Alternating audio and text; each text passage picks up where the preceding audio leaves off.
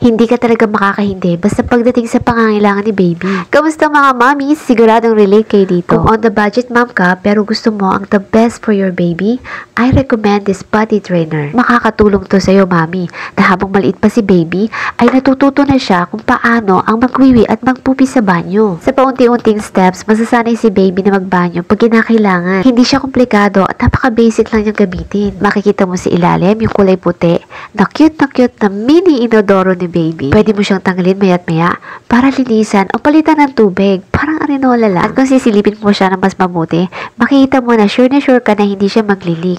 At secure na secure si baby.